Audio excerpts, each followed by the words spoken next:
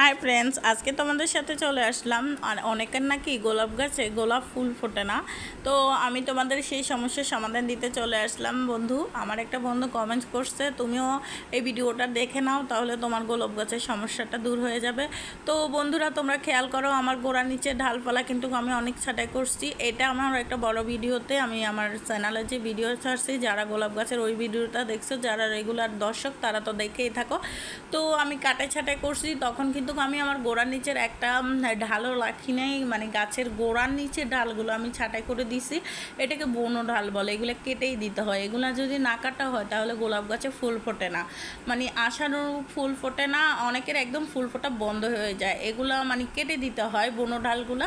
তো আমার গোলাপ গাছের আমি নিচের যে ঢালগুলো, বনো ঢাল বলে যেটাকে, ওইটা ছাঁটাই করে, আমরা যেহেতু বাগানি, আমরা কিন্তু আমাদের কোনো ঢালপালা ফেলে দিতে আমাদের ইচ্ছে করে না, ভালো লাগে না, আমিও ফেলে দেই না। আমার ওই ঢালগুলোকে আমি কাটাই ছাঁটাই করে আবার আমি চারা বসাইছি। তোমরাও আমার মতো এরকম বসাতে পারো। আমি আবার চারা উৎপাদন করি, আমি আমার আমার গোলাপ গাছে যে ঢালপালাগুলো ছাঁটাই করি, ওগুলো আমি আবার চারাতেও চারা বসিয়ে দিই।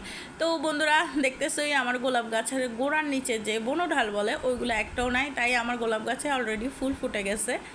বাই।